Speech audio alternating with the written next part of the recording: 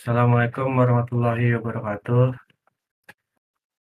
Saya di sini ingin mempresentasikan UTS kelompok NLP yang beranggota. Yang pertama itu ada Dimas Anggito Wicaksono, yang kedua ada Syafran Citranas, yang ketiga itu ada Akbar Kusuma Hermawan.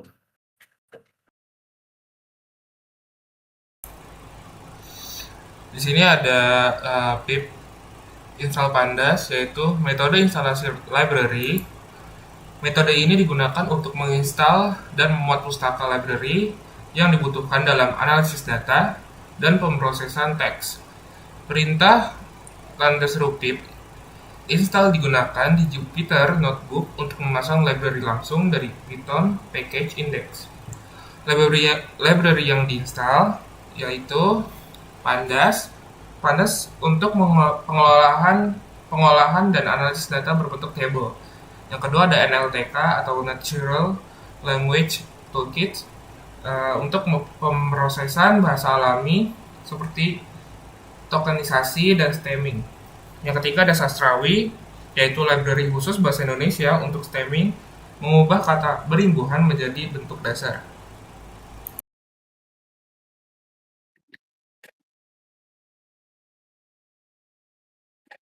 Di sini hasil data dari PNB-nya.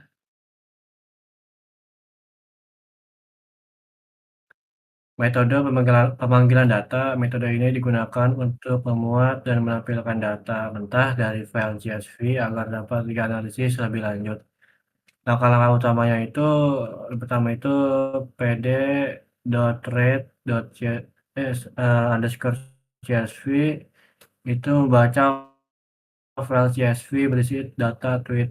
Lalu sini try except block itu menangani kemungkinan error seperti file tidak ditemukan, format CSV salah, dan error lainnya.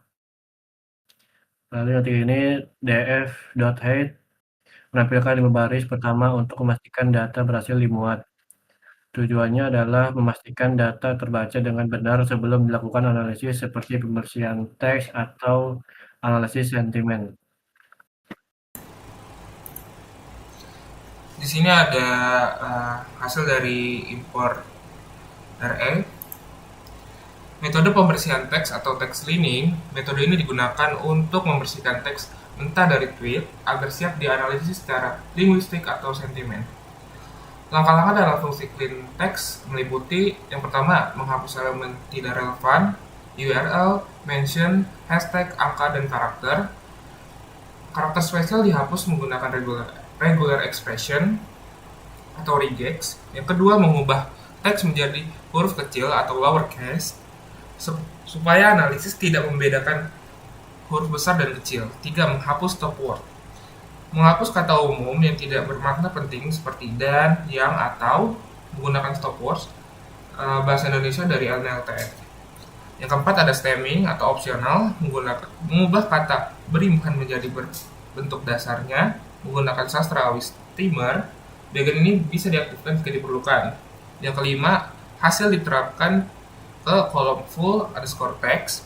Hasil pembersihan disimpan di kolom baru bernama clean. Hasil pembersihan atau output.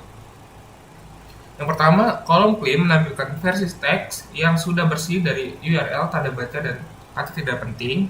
Yang kedua, kolom full underscore text menampilkan teks asli tweet. Yang ketiga, perbandingan kedua kolom menunjukkan hasil transformasi teks yang lebih siap untuk analisis sentimen.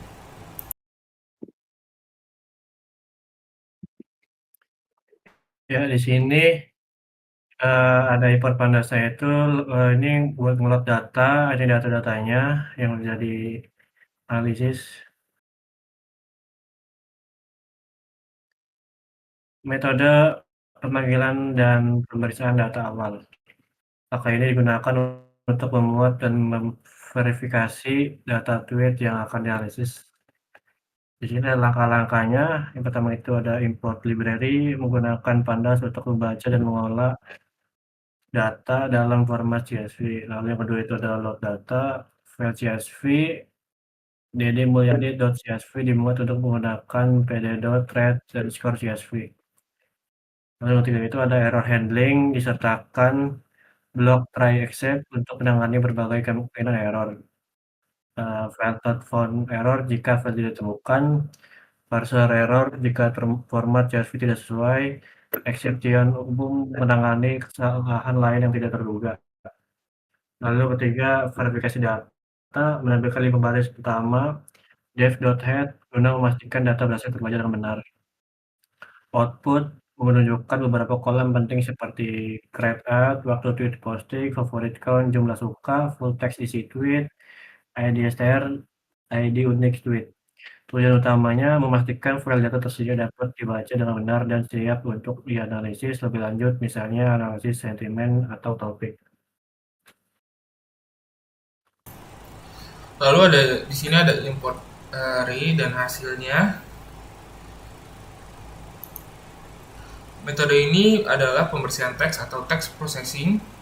Langkah ini bertujuan untuk membersihkan teks tweet agar setiap dianalisis, misalnya untuk analisis sentimen atau topik, langkah-langkahnya adalah yang pertama import library menggunakan NLTK Natural Language Toolkit dan Sastrawi untuk pemrosesan bahasa alami bahasa Indonesia. Yang kedua ada stop words, digunakan untuk menghapus kata umum yang tidak bermakna seperti dan, yang, dan di. Yang kedua, fungsi clean text. Fungsi ini membersihkan teks dengan beberapa tahapan, yaitu menghapus URL seperti HTTP atau HTTPS, menghapus mention, menghapus hashtag, menghapus angka dan karakter khusus, misal tanda baca atau simbol, mengubah semua huruf menjadi huruf kecil, lowercase, agar konsisten. Selanjutnya menghapus stop words bahasa Indonesia dengan bantuan nltk.corpus.stopwords. Yang satu lagi ada opsional stemming, mengubah kata ke bentuk dasarnya dengan library Sastrawi. Baris ini dikomentari karena tidak digunakan dalam contoh. Hasil akhir, kolom full underscore text pada data berubah menjadi versi teks yang lebih bersih dan siap dianalisis. Contoh hasil sebelumnya, Wagiman di 212 laporan aja Pak pada Kang Ded. Sesudahnya laporan aja Kang Dedi Mulyadi. Tujuan utamanya untuk menghasilkan data teks yang bersih, seragam, dan bebas noise, sehingga model analisis teks seperti TF atau IDF, TF-IDF, sentiment analisis, atau topik modeling dapat bekerja dengan lebih akurat.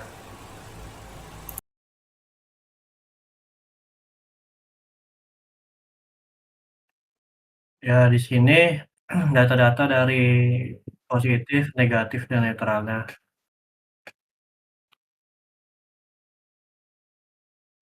Metode evaluasi model menggunakan confusion metric. Langkah ini digunakan untuk mengevaluasi performa model klasifikasi sentimen, dalam hal ini model Naive Bayes dan SFM support Victor Masin. Langkah-langkah utamanya itu pertama membangun confusion matrix menggunakan fungsi confusion matrix tes YPRED dari seclearing matrix. Matriks ini membandingkan label aktual dan label prediksi untuk menghitung jumlah klasifikasi yang benar dan salah.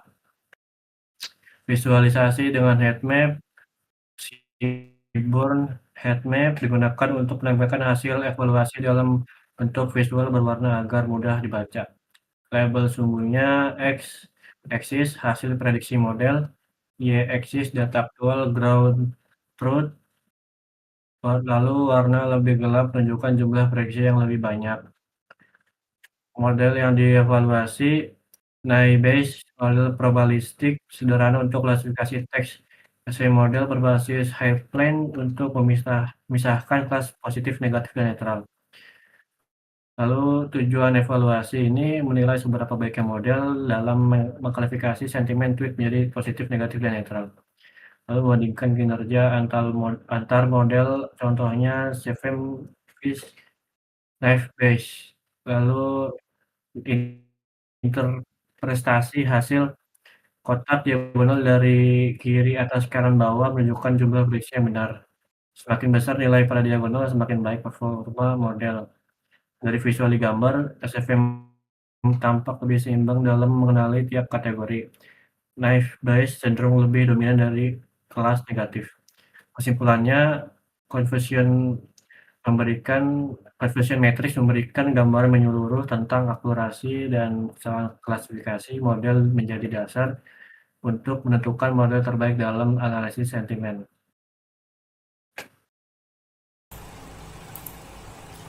Ya, terima kasih atas perhatiannya. Kurang lebihnya mohon maaf. Wassalamualaikum warahmatullahi wabarakatuh.